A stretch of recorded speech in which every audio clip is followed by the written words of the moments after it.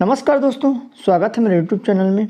दोस्तों, मंडल शिक्षक के लिए हिंदी व्याकरण एवं इंग्लिश व्याकरण के मोस्ट इंपॉर्टेंट प्रश्न लेकर आया हूं। दोस्तों, यह प्रश्न आपके आने वाले व्यापम के हर एग्ज़ाम में काम आएंगे, तो निश्चित ही आप प्रश्न में लास्ट तक जरूर बने रहिए।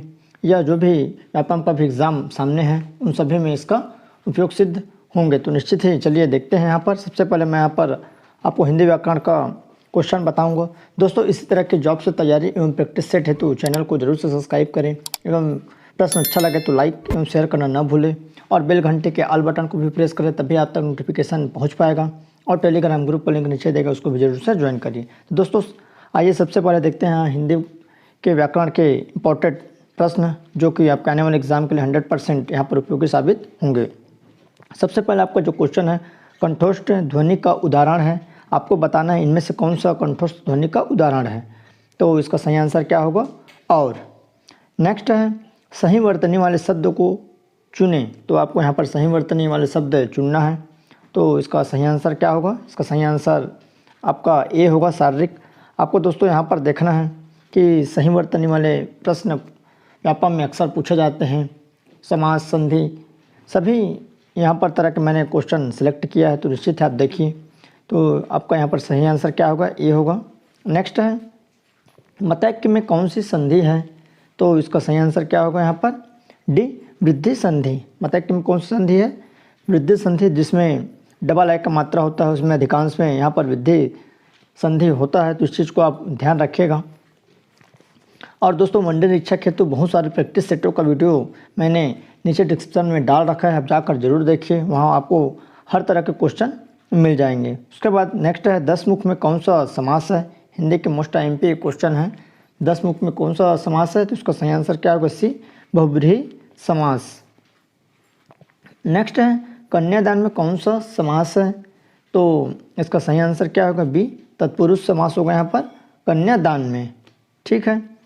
नेक्स्ट है, दशनन में किस प्रकार का शब्द है? दशनन किस प्रकार का शब्द है? ये यौगिक, योग रूढ़ या मिश्रित या रूढ़? इसमें 4 ऑप्शन दिया गया है। व्यापक में भी सेम इसी तरह 4 ऑप्शन रहेंगे। 1/4 आपका माइनस रहेगा। जो आपका सही है आप उसी पर टिक लगाइएगा, जिसको आप नहीं जानते हैं उस पर आप रिक्स बिल्कुल भी नहीं लीजिएगा। तो यहाँ पर दशनन में किस प्रकार का शब्द है? तो उसका सही आंसर क्या होगा? सी, योग रूढ़। दशनन में क्या है? योग रूढ़। नेक्स्ट है, रेलगाड़ी शब्द है। तो आपको बताना है यहाँ पर तत्सम है कि देशज है कि विदेशज है कि संकर है। तो रेलगाड़ी शब्द क्या है? तो यहाँ पर रेलगाड़ी शब्द है आपका संकर। नेक्स्ट है, उत्पत्ति के आधार पर शब्द के कितने भेद होते हैं? 2, 4, 6, 8। तो इसका सही आंसर क्या होगा? बी, 4 होते हैं उत्पत्ति के आधार पर भेद के। नेक्स्ट है, सूर्य शब्द का स्त्रीलिंग क्या होगा? यहाँ पर देख सकते हैं जो नेक्स्ट क्वेश्चन है, सूर्य शब्द का स्त्रीलिंग क्या होगा? ए, सूर्याणी, बी, सूर्या, सी, सूर्यो या डी, सूर्याई। तो इसका सही आंसर क्या होगा? बी, सूर्या। नेक्स्ट है, भाववाचक संज्ञा बताइए। ए, लड़कापन, बी, लड़काई, सी, लड़कपन या डी यहाँ पर लड़काईपन। तो इसका सही आंसर क्या होगा? इसका सही आंसर होगा सी, लड़कपन। दोस्तों, आपको व्यापम में जितने भी यहाँ पर एग्ज़ाम होंगे हाल ही में, उन सभी में आपका हिंदी के क्वेश्चन पूछे जाते हैं। तो निश्चित ही आप हिंदी के सभी क्वेश्चनों को बारीकी से ध्यान देते हुए पढ़ते चलिए। आपका 1 लाइनर है, आपको यहाँ पर याद होते भी चले जाएगा। नेक्स्ट है, कौन सा शब्द बहुवचन है? आपको बताना है। तो इसमें माता है, प्राण है, लड़का है, किताब है। तो उसका सही आंसर क्या होगा? प्राण। प्राण में क्या है? बहुवचन है। नेक्स्ट है, गीदड़ का स्त्रीलिंग क्या होगा? ये भी क्वेश्चन व्यापम में पूछे जाते हैं, व्यापम हो या पीएससी हो या अन्य एग्ज़ाम। तो यह क्वेश्चन आपको सभी एग्ज़ामों में काम आएंगे, सभी एग्ज़ाम के लिए इम्पोर्टेंट है, महत्वपूर्ण है। तो गिदड़ का स्त्रीलिंग क्या होगा यहाँ पर? तो इसका सही आंसर क्या होगा? सी, गिदड़ी। नेक्स्ट है, वृक्ष पर पक्षी बैठे, इस वाक्य में पर कौन सा कारक है? यहाँ पर देख सकते हैं, वृक्ष पर पक्षी बैठे हैं, इस वाक्य में पर कौन सा कारक है? ए, कर्म है, बी, संप्रदान है, सी, अपादान है, डी, अधिकरण। तो इसका सही आंसर क्या होगा? अधिकरण। मतलब उस पर बैठे हैं, चिपका हुआ है, इस तरह से इसको पढ़ा जाता है। तो इसमें क्या आएगा? अधिकरण।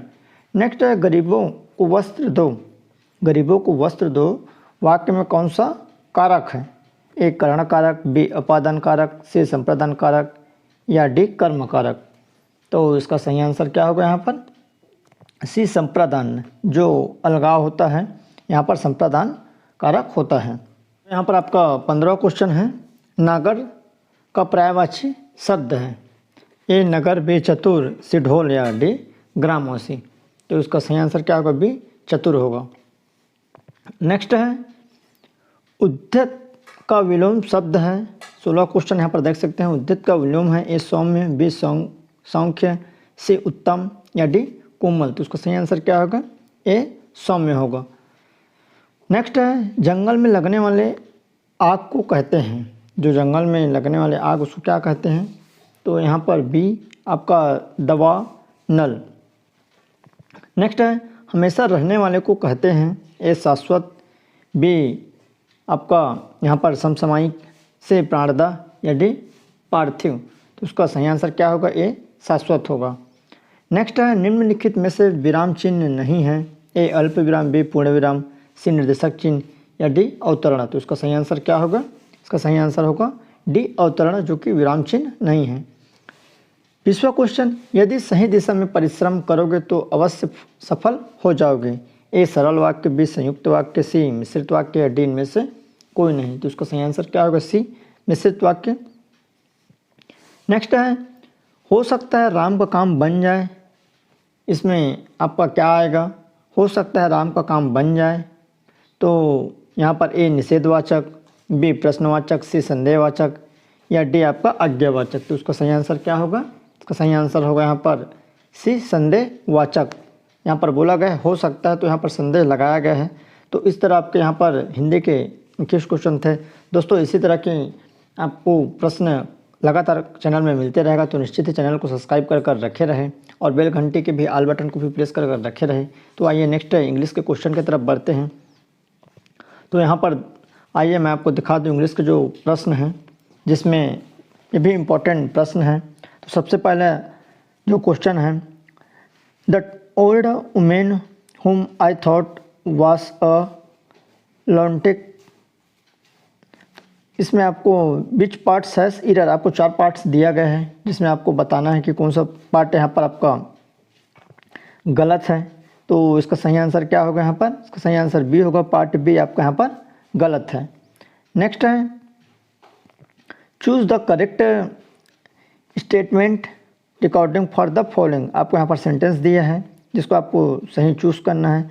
The student were officially told that they are not to cross the road. उसके बाद अगेंस्ट द रेड लाइट। तो इसका सही आंसर क्या होगा? इसका सही आंसर होगा आपका D, there is no error in the sentence. उसके बाद नेक्स्ट है 63वां क्वेश्चन। यहाँ पर आइए देखते हैं, choose the sentence which the use of preposition in the correct. तो इस तरह के क्वेश्चन आपको यहाँ पर में देखने को मिलेगा। तो इसका सही आंसर पूछ रहा है, आपको प्रीपोजिशन चूज़ करना है, करेक्ट है। तो उसका सही आंसर क्या होगा? A, try to see in from my points of view. Next है, चूज़ द करेक्ट सेंटेंस। आपको यहाँ पर सही सेंटेंस चुनने को बोला गया है। 4 आपको यहाँ पर ऑप्शन दिया गया है। We will late due the blood. Next है, our lateness was due the blood. The highway were sleeping due to the ice. तो इस तरह यहाँ पर 4 ऑप्शन दिया गया है। तो उसका सही आंसर क्या होगा? बी इसका सही आंसर होगा, our lateness was due the bloods. उसके बाद नेक्स्ट है 65वां। आपको यहाँ पर सही जोड़े मिलाना है, जो इंग्लिश में भी दिया है। Match the words in column A with words आपका opposition meaning give in the column B. तो यहाँ पर 4 ऑप्शन दिया है।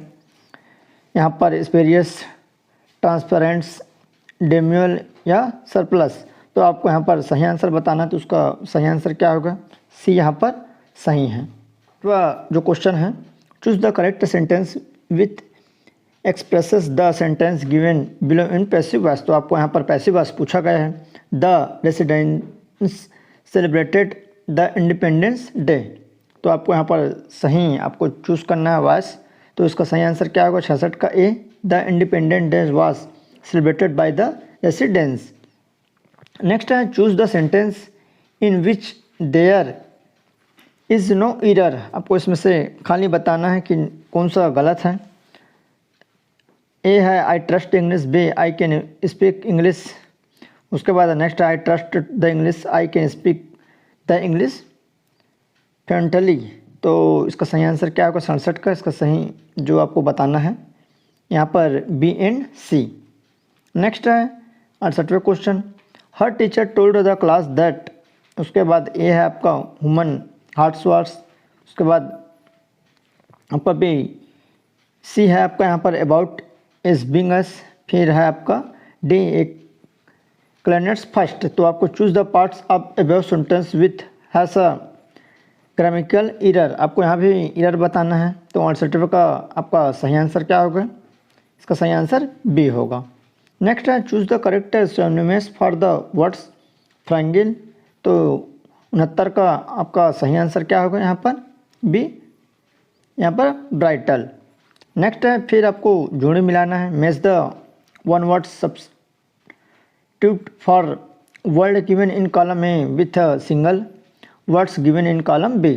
तो आपको कॉलम ए से कॉलम बी मिलाना है। तो आप यहाँ पर देख सकते हैं A a lover of mankind, B a lover of oneself, C a lover of other are और अ लवर ऑफ फूड। तो आपको यहाँ पर सही आंसर बताना है। तो उसका सही आंसर क्या होगा, यहाँ पर ए होगा, ए का आपका 3 आएगा, उसके बाद आपका बी का 1 आएगा, फिर आपका सी का 4 आएगा, उसके बाद फिर आपका यहाँ पर डी का 2 आएगा। तो इस तरह यह इंग्लिश के क्वेश्चन हैं जो कि